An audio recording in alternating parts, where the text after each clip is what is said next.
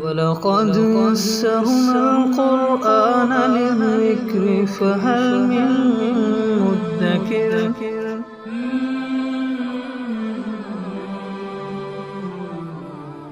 آیت نمبر 4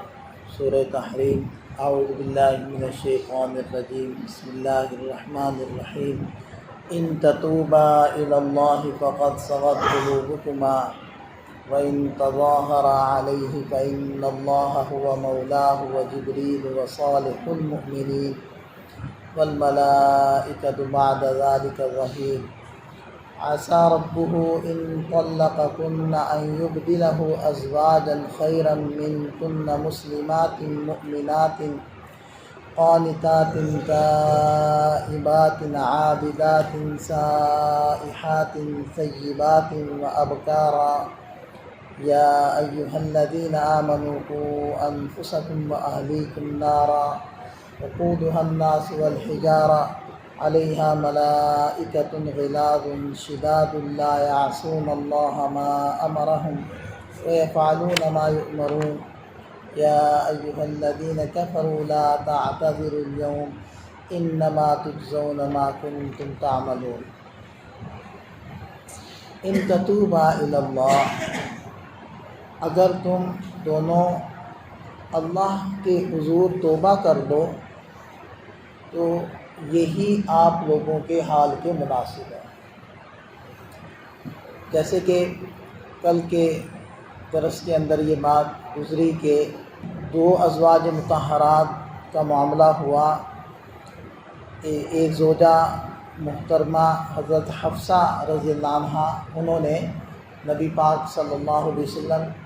کی اس پوشیدہ بات کو، راز کو آگے ذکر کر دیا حضرت ام عائشہ صدیقہ رضی اللہ عنہا سے، اور ان دونوں ازواج مطہرات کو یہاں مخاطب بنایا جا رہا ہے کہ ان تتوبا الی اللہ، اگر آپ دونوں اللہ کے حضور توبہ کر لو تو یہی آپ کے مناسب ہے۔ فقد صغت قلوبکما، آپ دونوں کے دل مائل ہو چکے ہیں۔ اچھا، مائل ہونا ایک ہوتا ہے کہ حق کی طرف مائل ہونا، اور ایک ہوتا ہے حق سے مائل ہونا۔ جیسے ہوتا ہے نا، ایک ہوتا ہے کہ کسی چیز میں رغبت کرنا، اور ایک ہوتا ہے کسی چیز سے رغبت کرنا۔ تو کسی چیز میں رغبت کرنے کا مطلب ہوتا ہے کہ اس کا شوق پیدا ہو جانا، اس کی رغبت، طبیعت کا میلان اس کی طرف ہو جانا،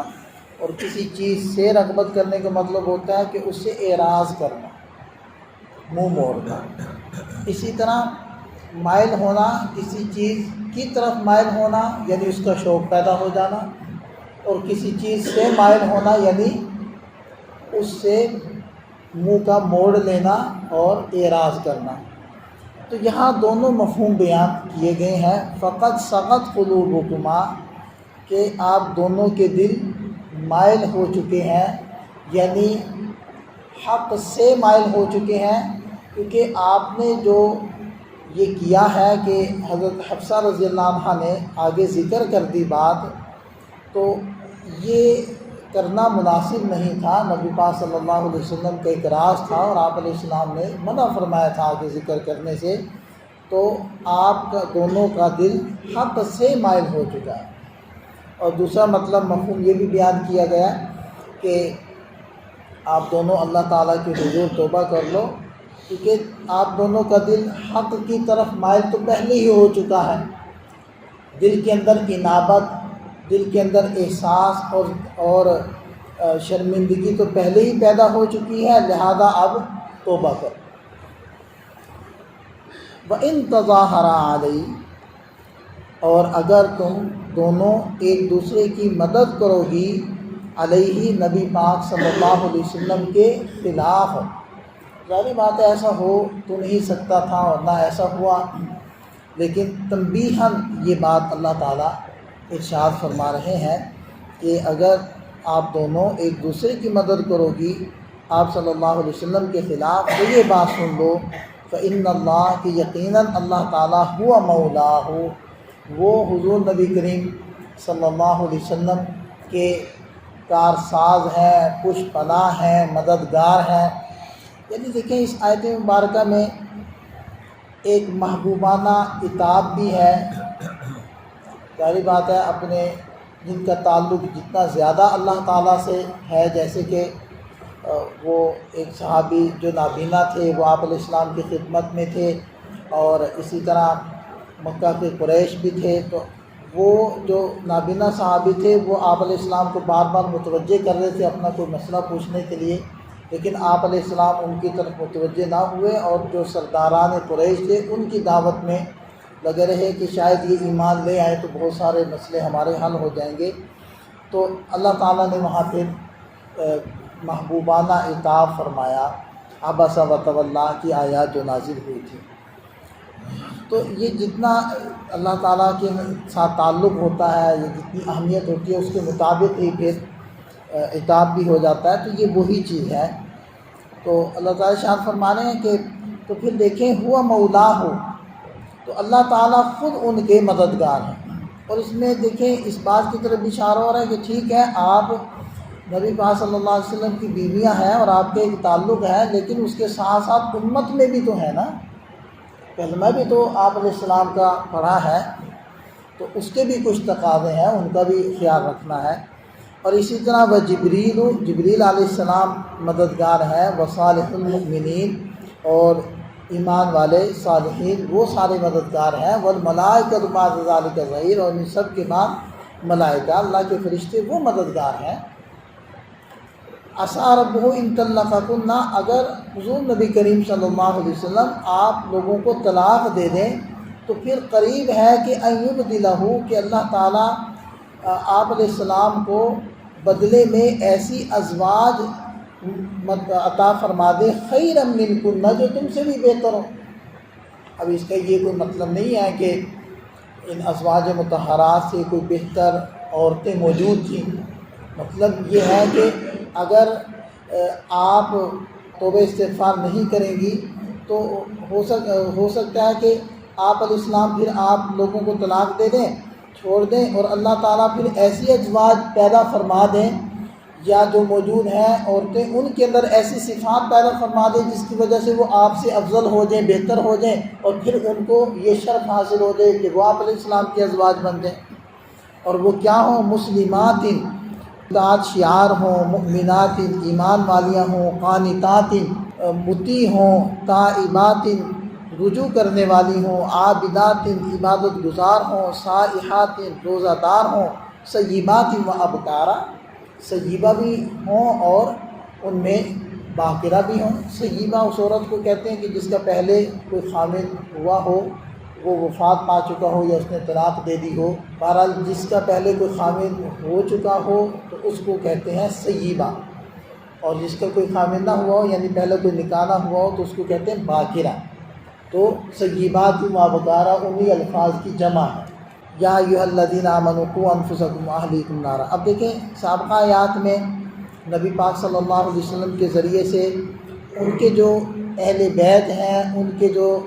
اہل خانہ ہیں، ان کی اصلاح اور ان کو واضح و نصیحت کروائی جا رہی ہے۔ تو اسی کے مناسبت سے پھر سب ایمان والوں کو متوجہ کیا جا رہا ہے کہ جب نبی پاک صلی اللہ علیہ وسلم اپنی ازواج مطہرات کو، اپنے اہل خانہ کو وہ واضح و نصیحت فرما رہے ہیں، تو پھر سب ایمان والوں کو یہ تو ضروری عمل اختیار کرنا چاہیے کہ وہ اپنے اہل خانہ کو واضح و نصیحت کرے۔ زیادہ ارشاد فرمایا یا ایھا الذین آمنوا، اے ایمان والو، قوا انفسکم، بچاؤ اپنے آپ کو، واہلیکم اور اپنے اہل خانہ کو، نارن آگ سے، وقودھا الناس والحجارہ جس آگ کا ایندھن انسان اور پتھر ہے، پتھروں سے مراد یہاں بت، علیہا ملائکۃ، اور جس آگ کے اوپر متعین ہے فرشتے، کیسے؟ غلاظ، سخت طبیعت والے، کہ کوئی جہنمی روئیں گے اور رحم کی اپیل کریں گے تو ان کو ترس نہیں آئے گا، ظاہری بات ہے وہ تو کس قدر چیخیں گے، چلائیں گے، تو ان کے چیخنے چلانے پر تو بڑے بڑے سخت دل کا دل وہ پسیج جائے گا، لیکن فرمایا کہ ہم نے ایسے فرشتے مقرر کیے ہیں کہ ان کے دل ہی ایسے بنائے ہیں کہ وہ نہیں پسیج جائیں گے، ان کے اندر کوئی رحم پیدا نہیں ہوگا۔ اور شداد، وہ مضبوط ہیں، یہ نہیں ہے کہ کوئی ان سے مقابلہ کر لے، ان کو زیر کر دے اور نکل آئے۔ لا یعصون اللہ ما امرہم، اور جو اللہ ان کو حکم دیتے ہیں اس کی وہ نافرمانی نہیں کرتے بلکہ کر ہی نہیں سکتے۔ وَيَفْعَلُونَ مَا يُؤْمَرُونَ، جو کچھ ان کو حکم دیا گیا ہے وہ بجا لاتے ہیں۔ حضرت عمر فاروق رضی اللہ عنہ نے پوچھا یا رسول اللہ، اپنے آپ کو آگ سے بچانے کا مطلب تو مجھے سمجھ میں آتا ہے کہ نافرمانیوں سے بچا جائے، جو احکام ہے ان کو پورا کیا جائے، اپنے گھر والوں کو آگ سے بچانے کا مطلب کیا ہے؟ تو آپ علیہ السلام نے ارشاد فرمایا کہ جو اللہ کے احکام ہیں ان کا حکم دیں اپنے ازواج، اپنے اہل خانہ کو، اور جو نافرمانی ہے اس سے ان کو روکیں، یہ ہے ان کو آگ سے بچانے کا مطلب۔ اب اسی آیت مبارکہ سے علماء مفسرین یہ فرماتے ہیں کہ ہر گھر کے بڑے کے اوپر یہ فرض ہے، یہ لازمی ہے کہ جیسے خود وہ احکام بجا لائے، اسی طرح ان کو بھی وہ اللہ کے احکام پورا کرنے کی طرف لائے، ان کو ترغیب دیں، ان کو شوق دلائے، ان کو پیار محبت سے سمجھائے، گھر کا ماحول بنائے اور نافرمانیوں سے ان کو روکے۔ یہ اس آیت مبارکہ کی روح سے یہ گھر کے جو بڑا ہے، سرپرست، اس کے اوپر فرض ہے۔ اور ایک حدیث پاک میں نبی پاک صلی اللہ علیہ وسلم نے ارشاد فرمایا کہ اللہ تعالیٰ رحم فرمائے اس شخص کے اوپر جو اپنے گھر والوں سے کہے کہ اے میرے اہل خانہ، تمہاری نماز، تمہارا روزہ، تمہاری زکوٰۃ، تمہارے یتیم، تمہارے مسکین، یعنی ان کو پورا کرنے اور ان کو بر وقت ادا کرنے کی طرف متوجہ کرے، یعنی ان سارے اعمال کی فکر کرے، اس کے اوپر اللہ تعالیٰ رحم فرمائے۔ یا ایھا الذین کفروا لا تعتذروا اليوم، کہ قیامت کے دن کفار سے کہا جائے گا کہ اے کافرو، آج کے دن لا تعتذروا، عذر معذرت نہ کرو، کوئی فائدہ نہیں۔ عذر معذرت کا، توبہ استغفار کا وقت گزر چکا ہے، اب جتنے بھی رو گے، چیخو گے، معذرتیں کرو گے، اس کا کوئی رزلٹ اور نتیجہ نہیں نکلنے والا۔ انما تجزون ما کنتم تعملون، بس یہی بات ہے کہ تم کو جو بدلہ دیا جا رہا ہے وہ تمہارے اپنے کیے کا دیا جائے، تمہارے اپنے اعمال کا دیا جا رہا ہے۔